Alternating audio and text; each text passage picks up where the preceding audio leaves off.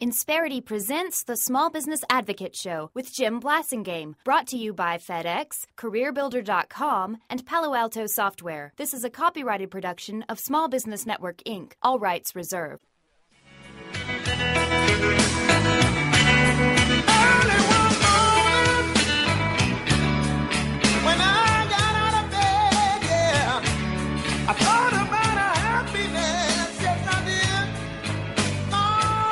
Welcome back to 17th Hill. I'm Jim Blasingame. Thank you very much for staying with me.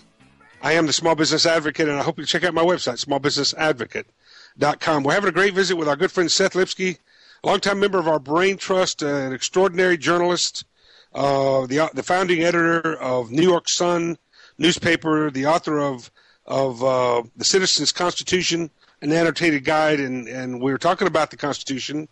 In the previous segment, we talked about the filibuster of Rand Paul and how that just elevated one really beautiful part of American governance to full visibility.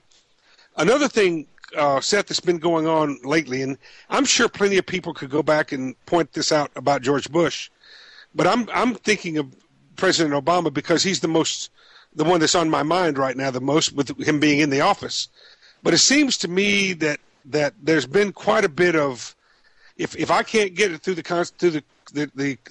I can't get what I want done through Congress, then I'm going to find a way to go around Congress through executive orders, through regulations. I'm going to go around Congress and I'm going to get what I want done, which seems to me to be the opposite of what happened last week with Rand Paul. What do you think? Well, I agree with that statement you made. The president has been frustrated by Congress, and he has tried to get things done by executive order. The thing about the Constitution that gets government officials back up is that it really is a list of limitations on government. It gives government certain power, and it lists those powers right one by one. And then it says that everything else is reserved to the people or the states. And the federal government has chafed at that for decades, for centuries. And, we saw it big time in the Obamacare battle where, when the measure was put forward in the Senate, the Republicans objected right away. They said, we raise a constitutional point of order. Where is the government getting the power to do this? And the answer from the Democrats was the Commerce Clause, which gives the government the power to regulate interstate commerce. And that went to the Supreme Court, and all the left-wingers said, of course it has the power to regulate interstate commerce. And the Supreme Court said, no, it doesn't. It can only do this if it's prepared to do it as a tax.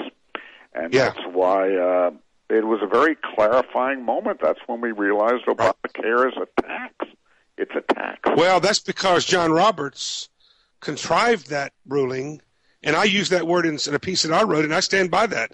He contrived the ruling that miraculously turned what even his own supporters had been considered to be, a product into a tax, and in order to make it law. And I think everybody knows that I'm a big detractor of Obamacare. I think it's going to be one of the greatest mistakes that our government has made in the history of our country. I agree with that.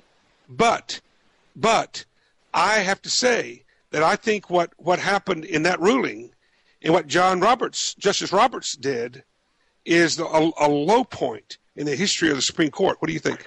I agree. The Supreme Court should have thrown it out, but it was a partial victory for our side in that it said it cannot do it under the commerce power. It has to be seen as a tax. So you think that's once it's seen as a tax? Once it's seen as a tax, I think the concerns that you have and millions of small business owners have, it's going to be easier to defeat in the future. Mm-hmm. So, I see what you. Yeah. So you're saying, and I do think that Justice Roberts, basically, he indicated that in his ruling, in wording of his ruling, he thought that maybe the people could later, could take care of this. But Of course, that hasn't happened yet. What are some other things, though? It seems that President Obama does not have the same investment in the Washington process as I think he should have, in terms of investment in how things are to be done and the Constitution. What do you think? Is that too harsh? The war in Libya was an important one. He just wouldn't go to the Congress for a proper authorization. Even George Bush, that everyone complains about, went to the Congress, and so did his father when he wanted to act in Kuwait. He went to the Country, and the president seems to have an aversion to that. A couple other quick points, Seth, is his Dream Act that was working its way through Congress. He completely did an end run around Rubio and did his own executive order on that.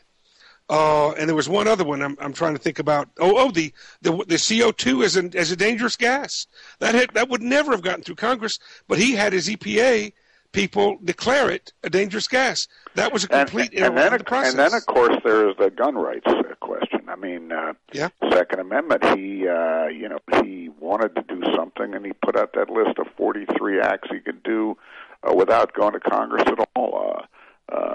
Whatever that number was, and yet the founders wrote a whole Second Amendment to block that kind of shenanigans. I don't know if we need more filibusters, but I think America needs more clarifying moments like the Rand Paul filibuster. Exactly. I mean, that's where the entire country was sitting on the edge of its chair in a discussion over the Constitution. Yeah. The Fourth Estate, folks, the media. That's who we're going to talk about with Seth Lipsky after these messages. 10 till. Stay with us.